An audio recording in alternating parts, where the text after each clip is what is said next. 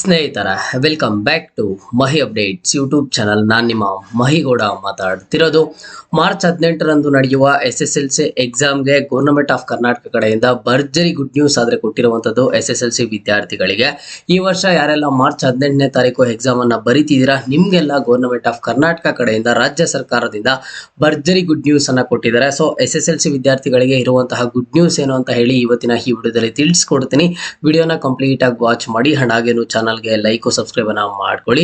ನೋಡಿ, SSLC exam 2026 ಈಗ March 18ನೇ ತಾರೀಕು ಎಕ್ಸಾಮ್ ಆದ್ರೆ ಸ್ಟಾರ್ಟ್ ಆಗ್ತಿದೆ. ಎಕ್ಸಾಮ್ ಹತ್ರ ಬರ್ತಿದ್ದಂಗೆನೆ ಗೌರ್ಮೆಂಟ್ ಆಫ್ ಕರ್ನಾಟಕ ಕಡೆಯಿಂದ ಸ್ಟೂಡೆಂಟ್ಸ್ಗೆ ಒಂದು ಬಿಗ್ ಗುಡ್ ನ್ಯೂಸ್ ಅನ್ನ ಕೊಟ್ಟಿರುವಂತದ್ದು. ಏನ್ ಬಿಗ್ ಗುಡ್ ನ್ಯೂಸ್ ಅಂತ ಅಂದ್ರೆ, ಈಗ ನೀವು ಪರೀಕ್ಷೆಯನ್ನ ಬರೆಯೋದಕ್ಕೆ ನೀವು ಬೇರೆ ಒಂದು ಎಕ್ಸಾಮ್ ಸೆಂಟರ್ಸ್ ಗಳಿಗೆ ಹೋಗ್ಬೇಕಾಗುತ್ತೆ. ನಿಮ್ಮ ಒಂದು ಸ್ಕೂಲಲ್ಲೇ ಎಕ್ಸಾಮ್ ಆದ್ರೆ ಇರೋದಿಲ್ಲ. ಎಲ್ಲ ಒಂದು ಸ್ಟೂಡೆಂಟ್ಸ್ಗೂ ಬೇರೆ ಬೇರೆ ಕಡೆ ಎಕ್ಸಾಮ್ ಸೆಂಟರ್ಸ್ ಆದ್ರೆ ಇರ್ತವೆ. ಬೇರೆ ಕಡೆಗೆ ನೀವು ಟ್ರಾವೆಲ್ ಮಾಡಿ ಒಂದು ಎಕ್ಸಾಮ್ ಅನ್ನ ಬರೀಬೇಕಾಗ್ತದೆ.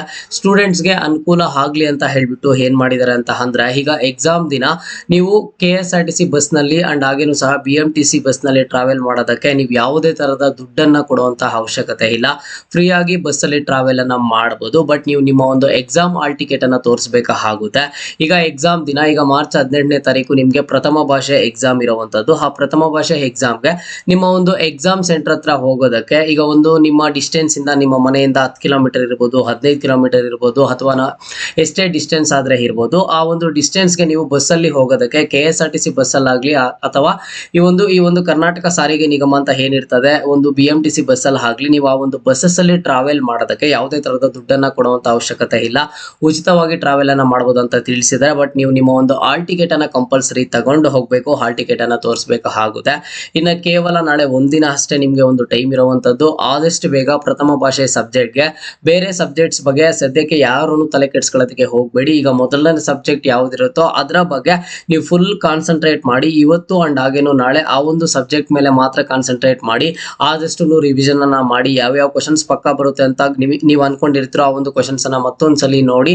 ಆದಷ್ಟು ಸಹ ಚೆನ್ನಾಗಾದ್ರೆ ಮಾಡಿ. ಓಕೆನಾ? ಸೊ ಎಲ್ಲಾ ಒಂದು ಸ್ಟೂಡೆಂಟ್ಸ್ಗೂ wishing you very all the best.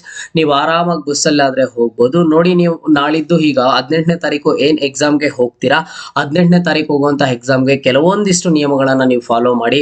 Hall ticket ಅನ್ನ ಕಂಪಲ್ಸರಿ ತಗೊಂಡು ಹೋಗಿ. ಆದಷ್ಟು ಸಹ ಯೂನಿಫಾರ್ಮ್ಸ್ ಅನ್ನ ಕರೆಕ್ಟ್ ಆಗಿ ಹಾಕೊಂಡು ಹೋಗಿ. ಅಂಡ್ ಯಾವುದೇ ತರದ ಕ್ಯಾಲ್ಕುಲೇಟರ್ಸ್ ಆಗ್ಲಿ, ಸ್ಮಾರ್ಟ್ ವಾಚಸ್ ಆಗ್ಲಿ, ಮೊಬೈಲ್ಸ್ ಆಗ್ಲಿ ಯಾವುದನ್ನು ಸಹ ಕ್ಯಾರಿ ಮಾಡೋದಕ್ಕಾದ್ರೆ ಹೋಗ್ಬೇಡಿ. ಅಂಡ್ ಎಕ್ಸಾಮ್ ಸೆಂಟರ್ಗೆ ಈಗ ಟೈಮಿಂಗ್ ಏನ್ ಕೊಟ್ಟಿದ್ದಾರೆ ಆ ಒಂದು ಟೈಮ್ಗಿಂತ ಅರ್ಧ ಗಂಟೆ ಮುಂಚೆ ಎಕ್ಸಾಮ್ ಸೆಂಟರ್ ಹತ್ರ ಆದ್ರೆ ಹೋಗಿ.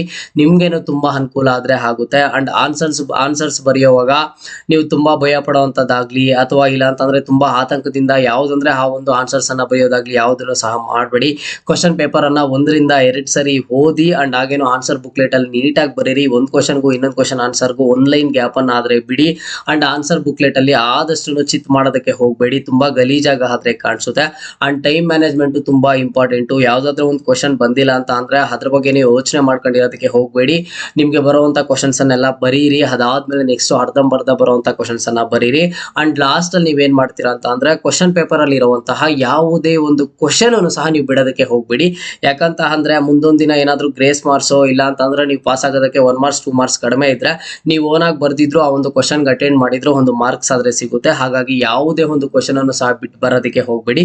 ಸಬ್ಜೆಕ್ಟ್ ರಿಲೇಟೆಡ್ ನಿಮ್ಗೆ ಏನ್ ಬರುತ್ತೋ ಅದನ್ನ ಬರೀರಿ. ಯಾವ ಒಂದು ಕ್ವಶನ್ಗೆ ಆನ್ಸರ್ ಗೊತ್ತಿಲ್ವೋ ಆ ಒಂದು ಕ್ವಶನ್ಗೆ. ಅಂಡ್ ನಿಮ್ಗೆ ಕ್ವಶನ್ ಈಗ ಎಕ್ಸಾಮ್ ಸೆಂಟರ್ಗೆ ಹೋಗ್ತೀರಾ, ಎಕ್ಸಾಮ್ ಸೆಂಟರ್ಗೆ ಹೋಗಿದ್ದ ಆದ್ಮೇಲೆ ಕ್ವಶನ್ ಪೇಪರ್ ನೋಡ್ತೀರಾ, ನಿಮ್ಗೆ ಆನ್ಸರೇ ಬರ್ತಾ ಇಲ್ಲ ಅಂತ ಅಂದ್ರೆ ಏನ್ ಮಾಡ್ಬೇಕು ಅಂತ ಹೇಳಿ ನಾನು ಈಗಾಗಲೇ ವಿಡಿಯೋನ ಮಾಡಿದ್ದೀನಿ. ವಿಡಿಯೋ ಲಿಂಕ್ ಅನ್ನ ನಿಮ್ಗೆ ಕಮೆಂಟ್ ಬಾಕ್ಸ್ ಅಲ್ಲಿ ಪ್ರೊವೈಡ್ ಮಾಡಿರ್ತೀನಿ. ಹೋಗಿ ವಿಡಿಯೋನ ಪ್ರತಿಯೊಬ್ಬರು ವಾಚ್ ಮಾಡಿ. SSLC ವಿದ್ಯಾರ್ಥಿಗಳಿಗೆ ಇರುವಂತಹ ಗುಡ್ ನ್ಯೂಸ್ ಏನು ಅಂತ ಅಂದ್ರೆ, ಎಕ್ಸಾಮ್ ದಿನ ನೀವು ಎಕ್ಸಾಮ್ ಸೆಂಟರ್ಗೆ ಬಸ್ ಅಲ್ಲಿ ಟ್ರಾವೆಲ್ ಮಾಡೋದಕ್ಕೆ KSRTC ಅಂಡ್ ಹಾಗೇನು BMTC ಬಸ್ಗಳಲ್ಲಿ ಉಚಿತವಾಗಿ ಟ್ರಾವೆಲ್ ಅನ್ನ ಮಾಡಬಹುದು. ಬಟ್ ನೀವು ನಿಮ್ಮ ಒಂದು ಎಕ್ಸಾಮ್ದು ಹಾಲ್ ಟಿಕೆಟ್ ಅನ್ನ ಆದ್ರೆ ತೋರಿಸಬೇಕಾಗುತ್ತೆ. ಓಕೆನಾ? ಇದು ಗುಡ್ ನ್ಯೂಸ್. ಈ ಗುಡ್ ನ್ಯೂಸ್ ಕೇಳಿ ನಿಮ್ಗೆ ಎಷ್ಟು ಖುಷಿ ಆಯ್ತು ಅಂತ ಹೇಳಿ ಪ್ರತಿಯೊಬ್ಬರು ಕಮೆಂಟ್ ಅನ್ನ ಮಾಡಿ. ಇದು ಇವತ್ತಿನ ಮಾಹಿತಿ ಆಗಿತ್ತು. ಮುಂದೆ ಎಲ್ಲ ರೀತಿಯ ಹೆಚ್ಚಿನ ಅಪ್ಡೇಟ್ಸ್ ಜೊತೆಗೆ ಸಿಗ್ತಾ ಇರೋಣ. ಅಲ್ಲಿಯ ತನಕ take care and keep watching Mahi updates for more updates.